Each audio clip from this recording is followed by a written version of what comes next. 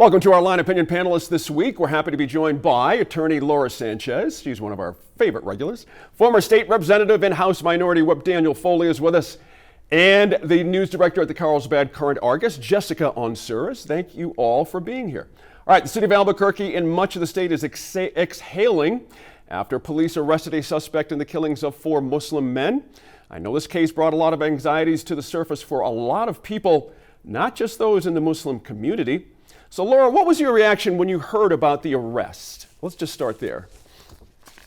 Well, I mean, first of all, I was relieved that it happened so quickly. I think that's an important fact in this whole thing. And I'm sure Dan will talk a little bit more about the police response, but I think that, it was a lot more swift than we've seen in a lot of situations. So that was good. There was an interagency response. I think everybody worked together, and it had the level of importance that it should have had for something so, shocking to the community. But to be honest, there had been so much information out there about this being a potential hate crime. There was a pattern of multiple Muslims that were involved. And then once there was an arrest, I assumed it was, I didn't at all think it would be another Muslim who had been arrested for this crime. But so it told me that, we did kind of all jump to some conclusions. But to me, it showed it's a lot more complicated than maybe we at first had expected it to be.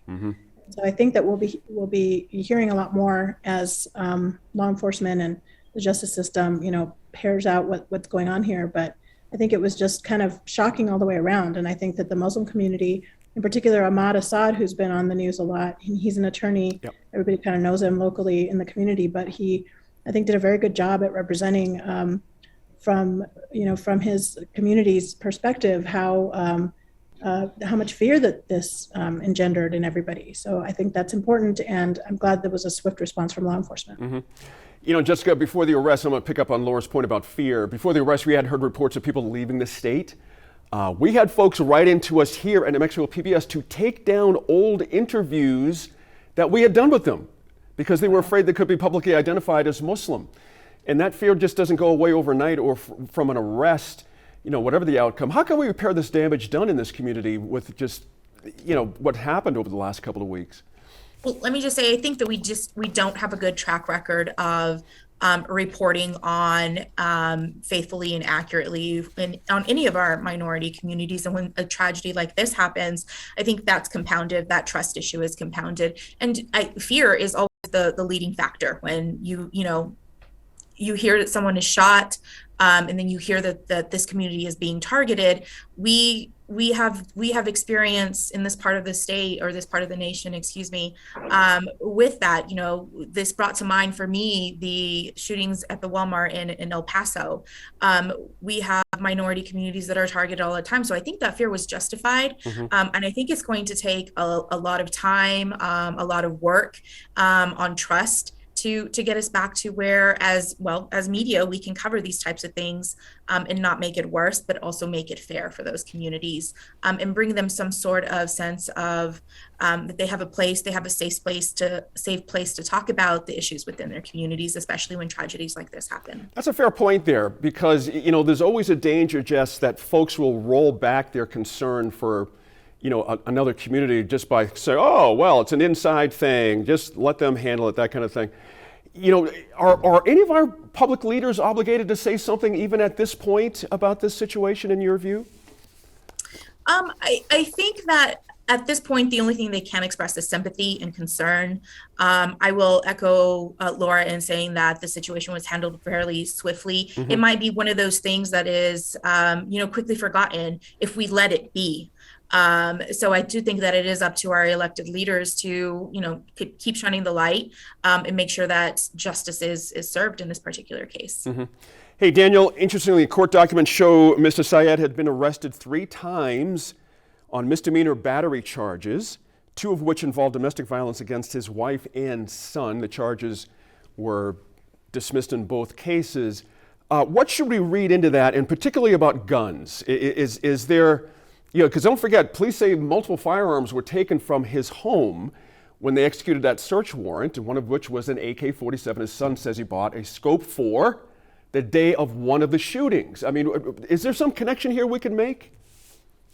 Yeah, I mean, there's always a connection, Gene, and people will always try to make connections. I think the bigger connection is two things that we should be talking about. One that's already been said is I think that you asked a question to Jessica that said how do we convey this message to the folks that have been harmed in these situations, these communities. And I think the fact that they're calling and saying take down interviews shows a fear that exists at a level that most of us that are born and raised in the United States, we don't see that fear, right? We're not born with that same fear. Right. And I think that it's incumbent upon us to say, listen, first of all, you had this concern, and the department, the police department, the state police, this became a priority. I mean, how quickly they reacted. So, you shouldn't be afraid to interact with law enforcement, number one. Number two, I think it's also showing the failure of our court system. I mean, I just don't understand how you can have multiple domestic violence charges. I mean, listen, there's got to be, we've strengthened these laws. We've tried to over the years where, when I was in the legislature, there was a big problem over domestic violence. By the time the police showed up, the wife is beaten half to death. The guy standing over there in his T-shirt, and the wife says, no, he didn't do it. I fell down. And the police had to leave. Right. At that time, if the wife didn't agree to press charges, so we changed the law and said, hey, listen, if you see this stuff, you show up on scene. It doesn't matter what the spouse says. You're going to arrest somebody. So how does somebody get involved multiple times in domestic violence? How does somebody have such anger issues and such issues? And more importantly, I think it raises questions about, and I'm not sure of the right term, but I want to talk more about community policing, right? I mean, that community is such a small community as it is. I wonder if that community aided in the apprehension of this individual, because people within the community are like, look, that's the guy. Yeah. If you're saying this may be what the person is, we think it may be that guy. And I bet you're so right. I think at the end of the day, the message that needs to come out of this is not political posturing by anybody, not saying, how do we make this a gun issue or a Muslim issue or a minority issue? What it should be is two things. One is the police responded, the police reacted, they made it a priority. And two, when you're here in the United States, you shouldn't be fearful of going to the people who can help you, whether it's the state police, the local police, regardless of all the things you're hearing, that is the place to go. Sorry to interrupt. We're just down to a couple of minutes. I got one question I want you all three to take a cut at here because it's important. And Laura, let me start with you, because initially there were fears that this case and the incident where a driver sped through the Gallup ceremonial parade were motivated by racism. It appears neither were. So what does that say about our society when that's the first place we look? How should we feel about the way both those instances played out? Yeah, I think that's exactly the point here, is that the problem is that, we react to patterns, right? I mean, I think all of us do. And so we've seen similar situations where people are targeted based on race. And so it's hard for us not to put that same frame on it.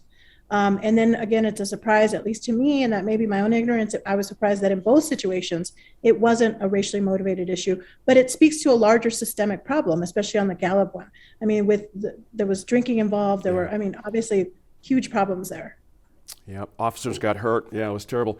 Daniel, I'll remind you and the folks of that situation back in January 2019 where those kids at the, there was that confrontation between those Kentucky Catholic school kids and that Native American elder in Washington, D.C., and everybody jumped ugly on that. And it turned out once the context was wide and the lens was wide, it turned out the kid in the MAGA hat was not exactly doing what folks said he was doing initially. And that became a huge deal for the entire spring almost, it seemed like. Same question, are we jumping too quick on these things, or what's the best way to handle them? Yeah, I think we are jumping too quick. I think that everybody wants to point at the worst in human beings every time they see something. And yet, we have these situations. I mean, listen, I'm not saying that we don't have issues in our country and issues within our government. There's no doubt people are involved, but we're running out right away to point that this has to be, both these issues, somebody has to be tied to race. Yet there's 40, 50 people a week being shot in Chicago, and it's race on race crime, and nobody says anything, right? Because we don't have. I hear you.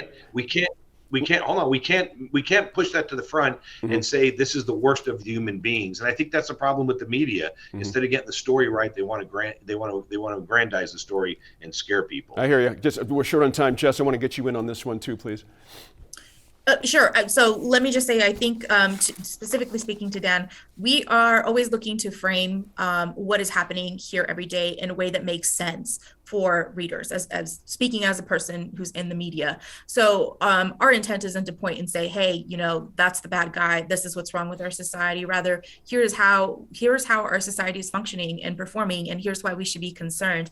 But I will say this, which is the media does hold has to be accountable for the way they report on incidences like this, especially when it's related to a minority community. I think that we have become, as an industry, more apt to look at our smaller communities as other or outside, and refuse to report on them as just members of our nation, and not as separate entities. So, that's a failing on our part. It's something that I hope that we can fix in the future. But until then, the best that we can do is just to keep digging up those facts and sharing them as we can. Yeah, well said there. Thank you all for your thoughts on that case. Now, we'll be back here at the virtual roundtable in less than 10 minutes to talk about what's on the minds of parents as the school year starts back up.